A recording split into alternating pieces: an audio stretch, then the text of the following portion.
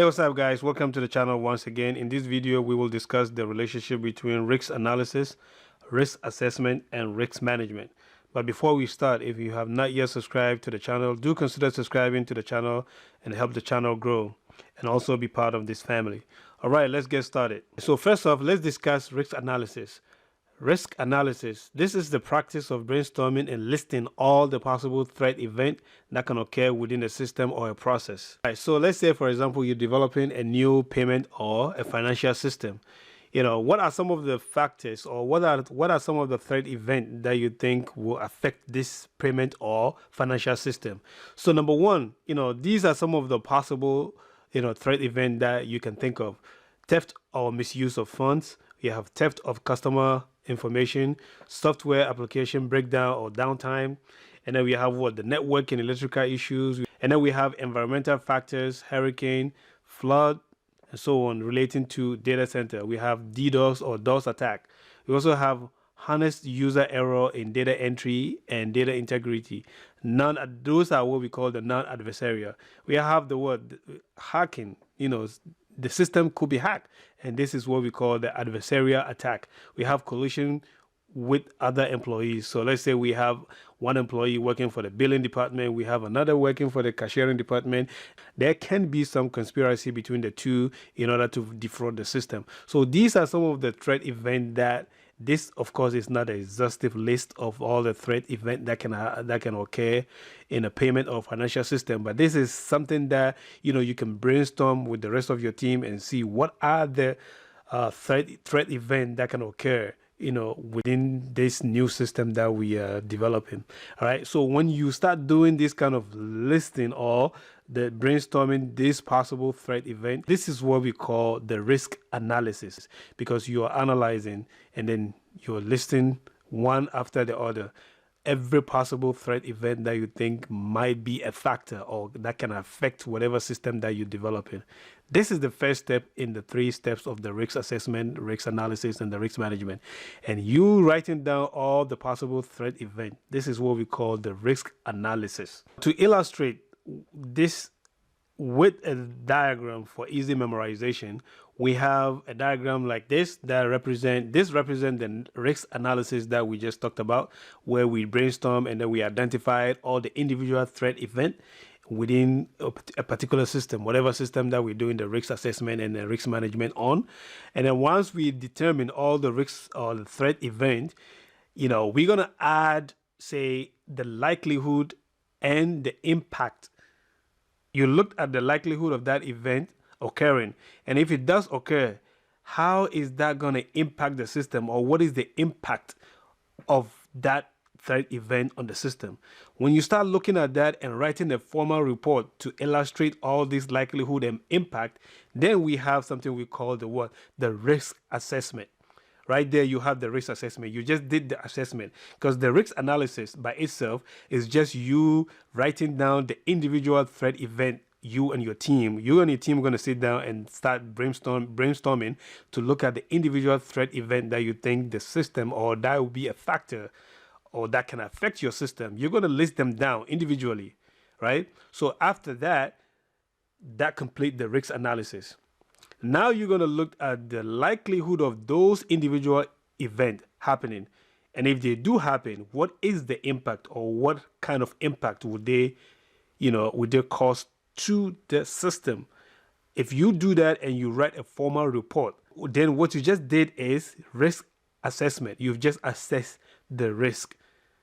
That is including the likelihood and the impact if that risk should occur. Moving on, in the risk determination process, you realize that in our payment system, we first did the risk analysis, whereby we list all the possible threat event that we determined that can affect our new system. So now the risk assessment, you're going to examine the likelihood of these identified threat event above, right, happening, and if they do, what are the impact they will cause to the system or the organization.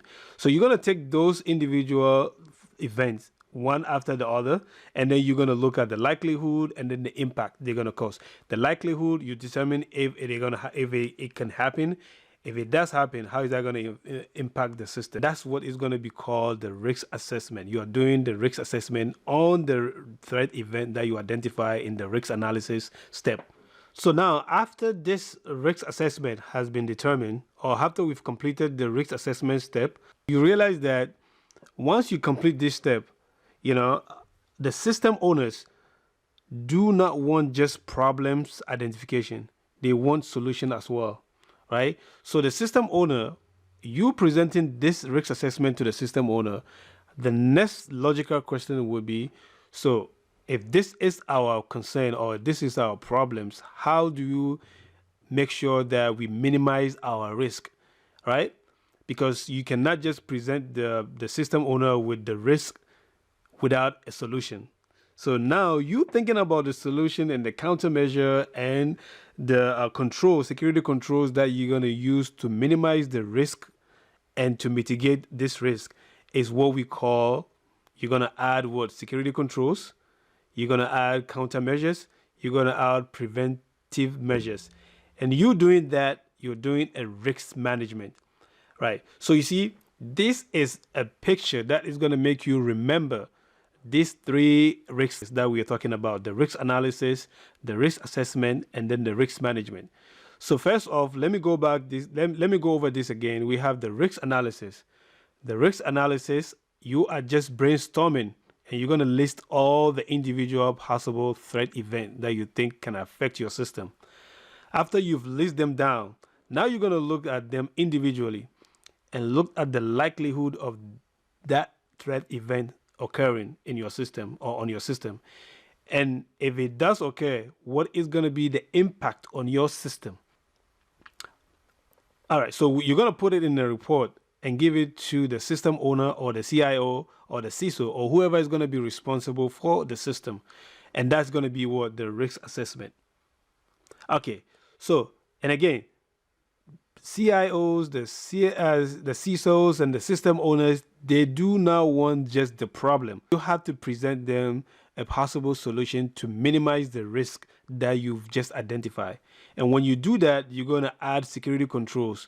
You're going to add recommended countermeasures. You're going to add recommended preventive measures. So when you do that, you're doing what? A risk management. So now let's look at the individual definitions of what we just looked at in the diagram.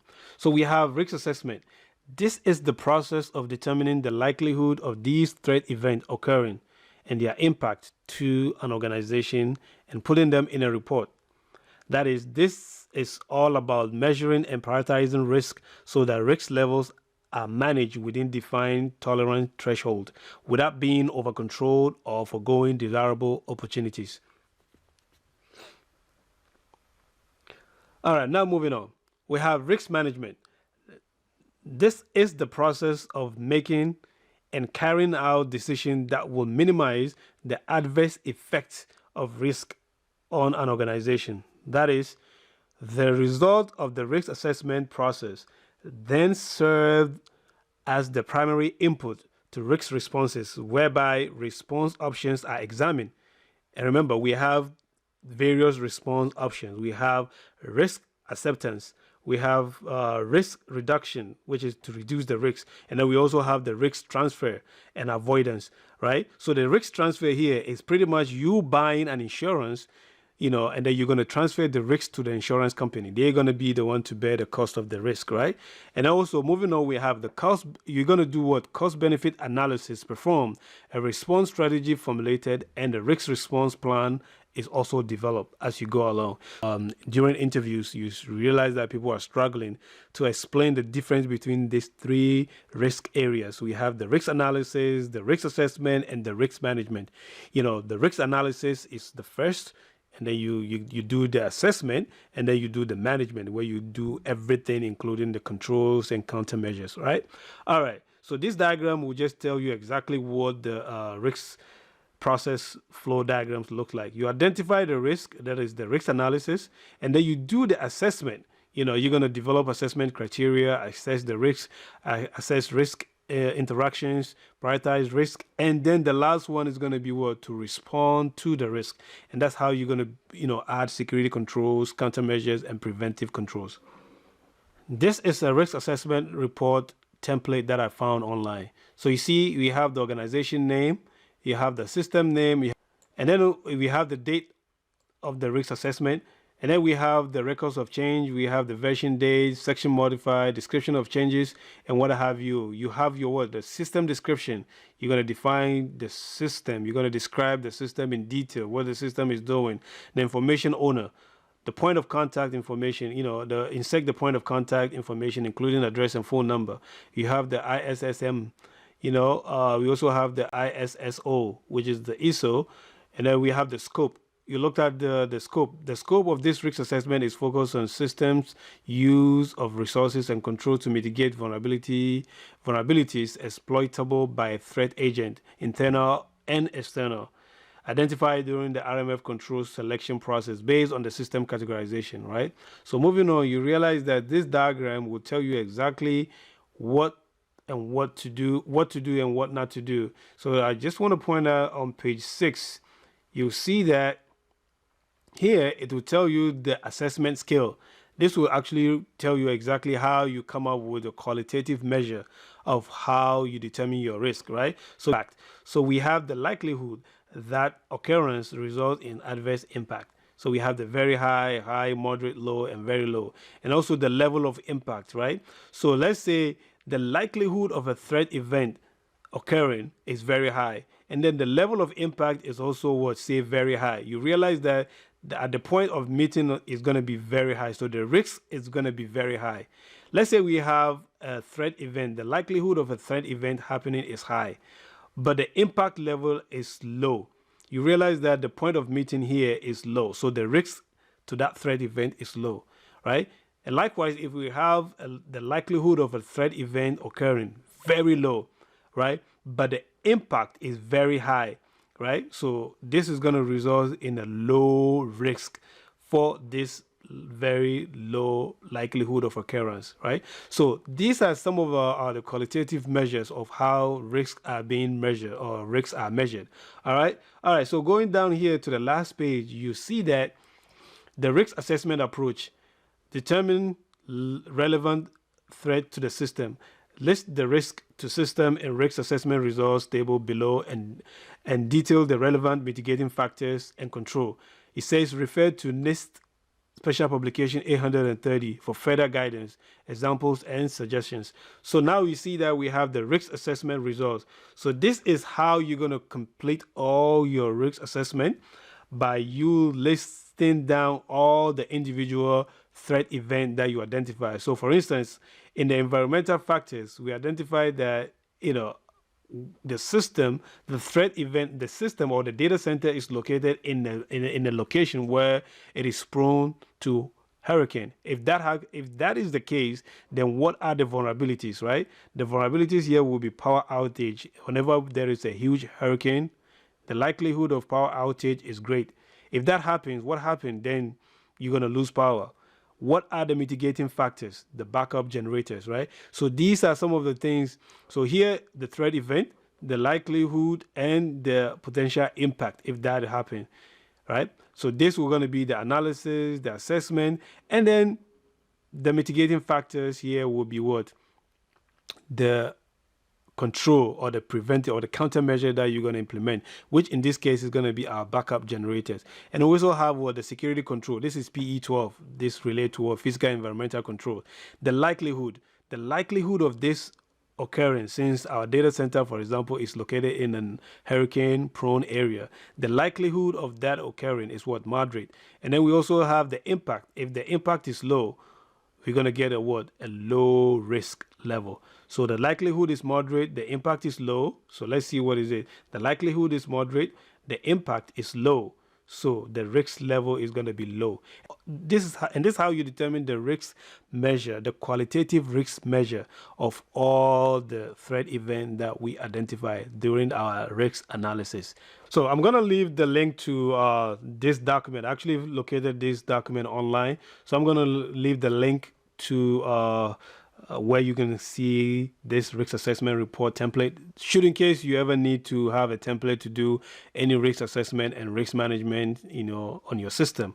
I'll leave the link below in the video description. All right, guys, that's it for this short video. If you find this video useful, do like and share so that YouTube algorithm can expose this video to a lot of people. Also, do subscribe if you have not yet subscribed. Do comment below and let me know your thought on this video, and I will see you again in the next video.